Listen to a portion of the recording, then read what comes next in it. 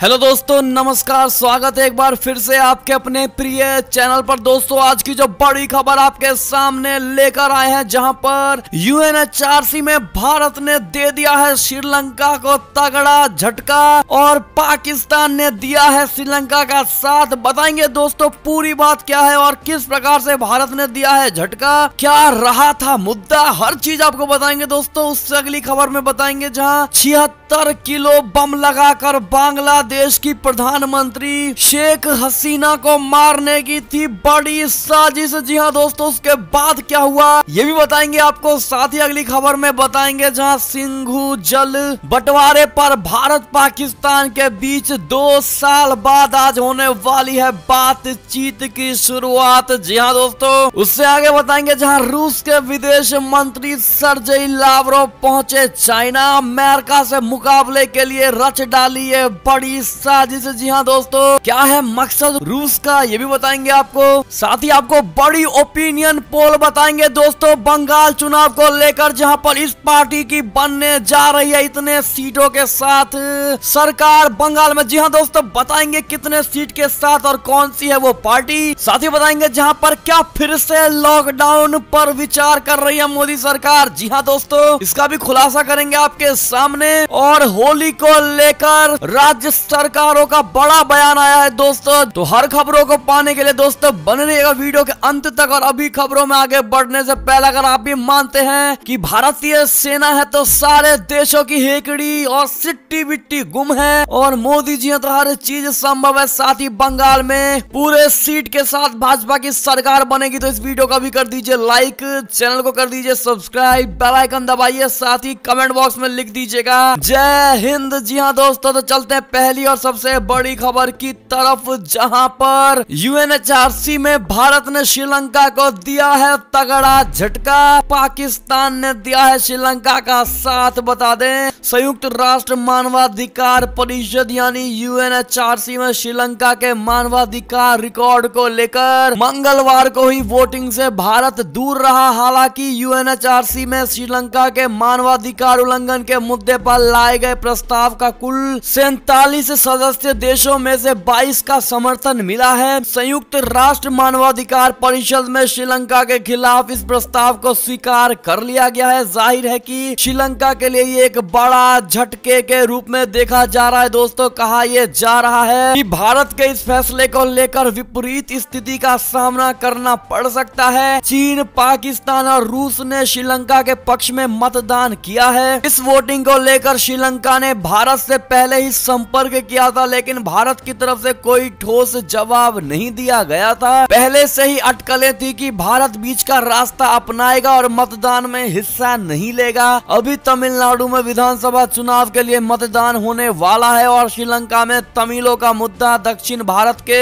चुनाव में अहमियत रखता है। जी हाँ दोस्तों, संयुक्त राष्ट्र मानवाधिकार परिषद में पास हुए प्रस्ताव में श्रीलंका में तमिलों के मानवाधिकार उल्लंघन का भी मुद्दा शामिल था। एक तरफ श्रीलंका की सरकार लगातार अपील कर रही थी कि भारत प्रस्ताव के खिलाफ वोट करे, तो दूसरी तरफ तमिल नेशनल अलायंस ने भारत से प्रस्ताव को समर्थन देने की मांग की थी। तमिल नेशनल अलायंस ही उत्तरी और पूर्वी श्रीलंका के गृह युद्ध से प्रभावित तमिलों का प्रतिनिधित्व कर रहा है। श्रीलंका की सरकार ने वोटिंग से पहले कहा था कि भारत ने इस प्रस्ताव के खिलाफ मतदान करने का आश्वासन दिया है। हालांकि भारत की तरफ से कोई आधिकारिक पुष्टि नहीं की गई थी। जी हाँ दोस्तों, ऐसे में भारत बड़े झटके के रूप में श्रीलंका के लिए उभर कर आया है दोस्तों। तो वहीं चाइना और पाकिस्तान श्रीलंका का बड़ा सपोर्टर नजर आ रहा है दोस्तों। ऐसे में आपकी क्या राय होगी कमेंट करके जरूर बताइएगा। अगर आपको भी लगता है कि भारत सिर्फ उसका साथ देता है जो एक्चुअल में सही है, तो आप भी कमेंट सेक्शन में सही के लिए भारत हमेशा खड़ा है जरूर लिख दीजिएगा दोस्तों। चलते हैं अगली बड़ी खबर की तरफ, जहां पर इस खबर को सुनकर आप भी चौंक जाएंगे। 76 किलो बम लगाकर बांग्लादेश की PM शेख हसीना को मारने की थी बड़ी साजिश,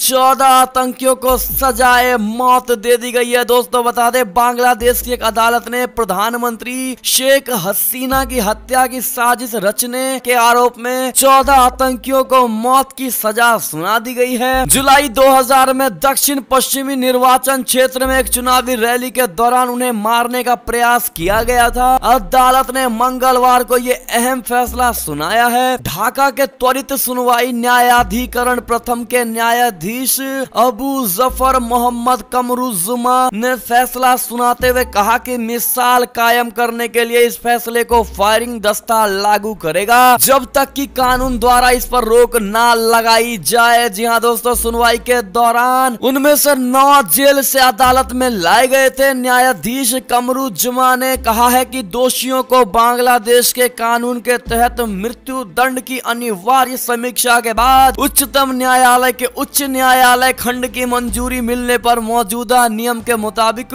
फांसी पर लटकाया जा सकता है। जी हाँ दोस्तों, ऐसे में प्रधानमंत्री के खिलाफ इस तरह की साजिश रचने वालों को क्या सजा मिलनी चाहिए दोस्तों? क्या डायरेक्ट फांसी मिलना एनफ सजा होगा दोस्तों, या किसी और प्रकार की सजा मिलनी चाहिए और बाद में मौत? क्या कहते हैं आप लोग बताइएगा जरूर, चाहे वो देश बांग्लादेश छोड़कर कोई भी क्यों ना हो। तो कहना बिल्कुल मत भूलिएगा। चलते अगली बड़ी खबर की तरफ दोस्तों, लेकिन इस वीडियो को लाइक नहीं किया तो प्लीज लाइक कर दीजिएगा। अगली खबर की बात करें तो सिंधु जल बंटवारे पर भारत पाकिस्तान के बीच 2 साल बाद आज होगी बातचीत की शुरुआत। जी हाँ दोस्तों, भारत और पाकिस्तान के बीच सिंधु जल बंटवारे को लेकर स्थायी आयोग की 2 दिवसीय बैठक होने वाली है दोस्तों। यह बैठक करीब 2.5 साल के अंतराल के बाद होने जा रहा है। ये जानकारी दोनों पक्षों की ओर से सोमवार को दी गई है। दोनों देशों के बीच 1960 की जल संधि के तहत स्थायी सिंधु आयोग की स्थापना की गई थी। बातचीत के लिए पाकिस्तान का 7 सदस्यीय प्रतिनिधि मंडल सोमवार को भारत पहुंच गया। इस प्रतिनिधि मंडल का नेतृत्व पाकिस्तान के सिंधु आयुक्त सैयद मोहम्मद मेहर अली शाह कर रहे हैं। चलते अगली बड़ी खबर की तरफ,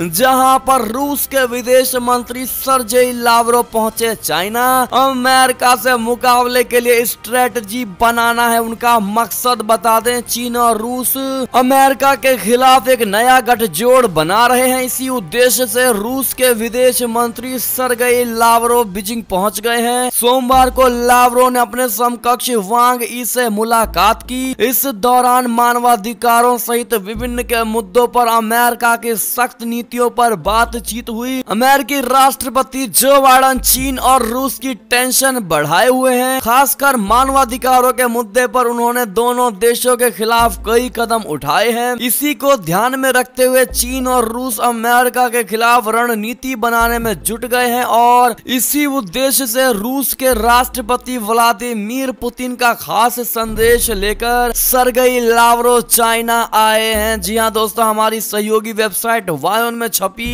एक खबर के अनुसार बैठक के दौरान चीन और रूस दोनों इस बात पर सहमत हुए हैं कि अमेरिका को विश्व शांति और विकास में अपनी नीतियों के चलते हुए नुकसान पर ध्यान देना चाहिए, दूसरे देशों के खिलाफ माहौल तैयार करने से बचना चाहिए और उनके आंतरिक मामलों में हस्तक्षेप से बचना चाहिए। चीनी विदेश मंत्रालय की प्रवक्ता हुआ चुनिंग ने बताया है कि मंगलवार को भी दोनों नेताओं के बीच वार्ता हो चुकी होगी। हालांकि उन्होंने इस बात से इनकार किया है कि चीन, रूस, अमेरिका और उसके सहयोगी देशों के खिलाफ एकजुट हो रहे हैं। चलते अगली बड़ी खबर की ओर दोस्तों, जहां पर पाकिस्तान को कोरोना संकट से बाहर निकालने में फूले इमरान के हाथ पांव। वैक्सीन के लिए कंगाल सरकार पहुंची चीन के दर पर। बता दें, कंगाल पाकिस्तान एक बार फिर कोरोना वायरस वैक्सीन के लिए चाइना के दर पर पहुंच गया दोस्तों। वर्तमान में पाकिस्तान कोविड-19 की तीसरी लहर का सामना कर रहा है, जिसकी चपेट में इमरान खान और उनकी पत्नी बुशरा बीबी भी आ गई है दोस्तों। पाकिस्तान में वैक्सीनेशन के लिए चीनी वैक्सीन का सहारा लिया जा रहा है। इमरान ने भी वायरस से बचने के लिए चीनी वैक्सीन लगवाई थी, लेकिन वो फिर भी संक्रमण से बच नहीं पाए। पाकिस्तान के विदेश मंत्री शाह महमूद कुरैशी ने अपने चीनी समकक्ष वांग ई से वैक्सीन के लिए गुहार लगाई है। विदेश मंत्रालय के मुताबिक कुरैशी ने कहा है कि देश ने कोरोना से निपटने के लिए एक विस्तृत योजना बनाई है, जिसका वो प्रयोग करने वाला है। इसके लिए हमें आपकी यानी चीन से वैक्सीन की जरूरत है। पाकिस्तानी मंत्री ने चीनी समकक्ष से मार्च से अप्रैल में कोरोना वैक्सीन को चीन से पाकिस्तान भेजने की गुजारिश की थी। गौरतलब है कि इमरान खान को कोरोना से निपटने में काफी कठिनाइयों का सामना करना पड़ रहा है दोस्तों। ऐसे में इस रोते बिलखते और वैक्सीन के लिए हाथ फैलाते हुए इमरान खान को लेकर आपकी क्या राय होगी दोस्तों? कमेंट कर करके जरूर बताइएगा। जो अपने देश को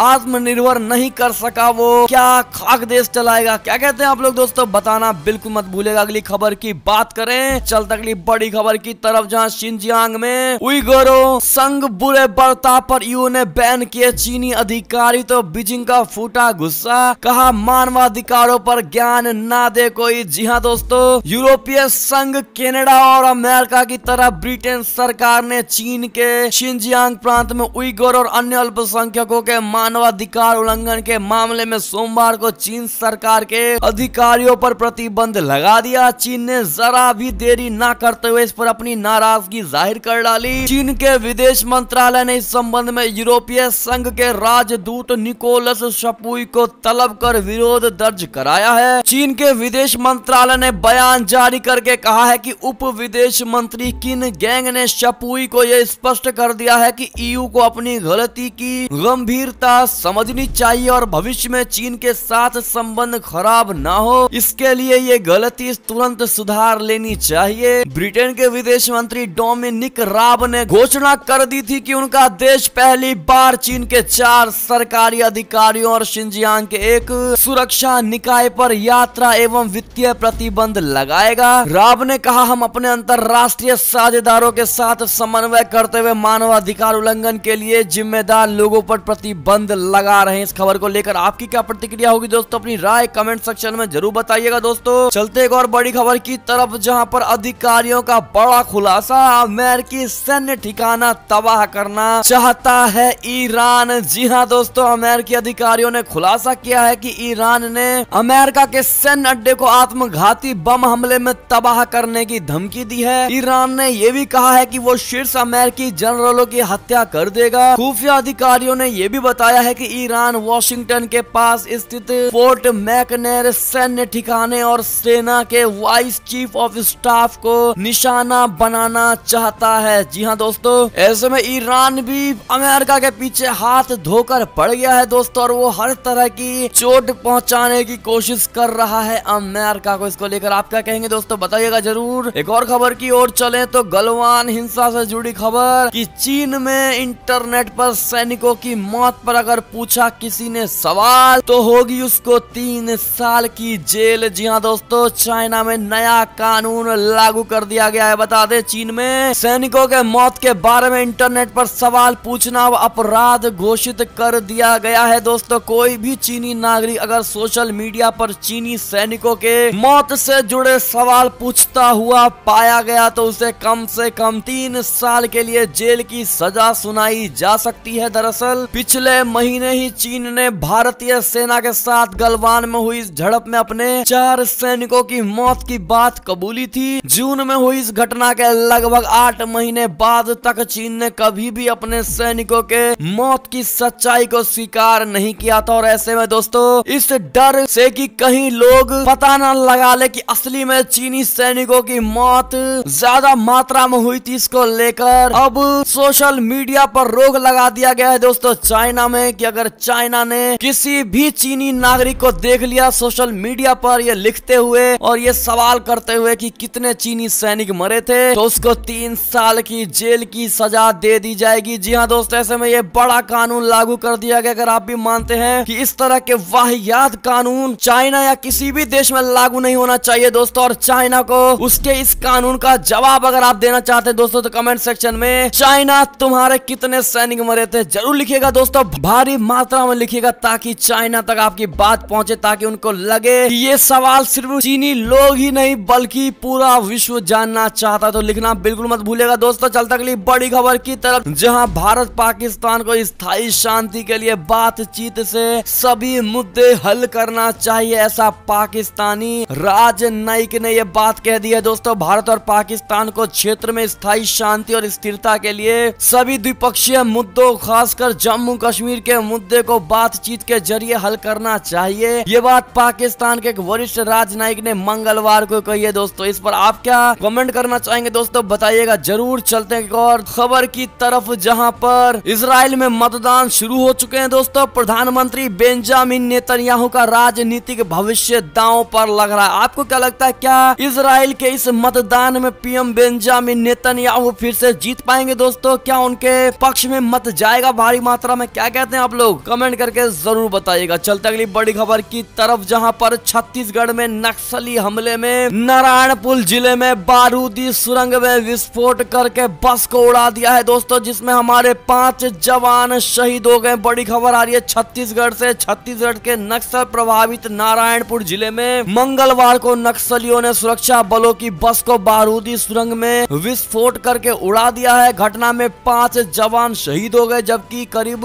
14 जवान घायल हुए हैं दोस्तों। ये बड़ी खबर आ रही थी। ऐसे में इन 5 जवानों को श्रद्धांजलि जरूर दीजिएगा दोस्तों। कमेंट सेक्शन में इनको हमारा शत शत श्रद्धांजलि आपको जरूर कह दीजिएगा दोस्तों। अगली खबर की बात करें तो जर्मनी में अप्रैल मध्य तक के लिए बढ़ा दिया गया है लॉकडाउन। जी हाँ दोस्तों, एक और खबर की ओर चले तो भूटान से खबर, जहां प्रधानमंत्री लोते शेरिंग ने टीका मुहैया कराने के लिए भारत का आभार जताया है दोस्तों। कोरोना का टीका मुहैया कराने के लिए भूटान सरकार ने भारत सरकार का आभार जताया है। भूटान के प्रधानमंत्री लोते शेरिंग ने सोमवार को कोविशील्ड टीके की 4 लाख अतिरिक्त डोज मिलने के बाद ट्वीट करके प्रधानमंत्री नरेंद्र मोदी जी का आभार जताया है। चलते अगली खबर की ओर, जहां बंगाल चुनाव से बड़ी ओपिनियन पोल दोस्तों आप देख पा रहे होंगे इंडिया न्यूज की तरफ से, जहां पर किसको मिली कितनी सीटें आप इस इमेज को देख के समझ पा रहे होंगे दोस्तों कि बीजेपी की सरकार बनने जा रही है बंगाल में। वो भी 150 से 162 सीट तक हासिल कर पाएगी बीजेपी, और जहां 134 से 118 सीट के लगभग टीएमसी को मिलने वाला है। ये भी एक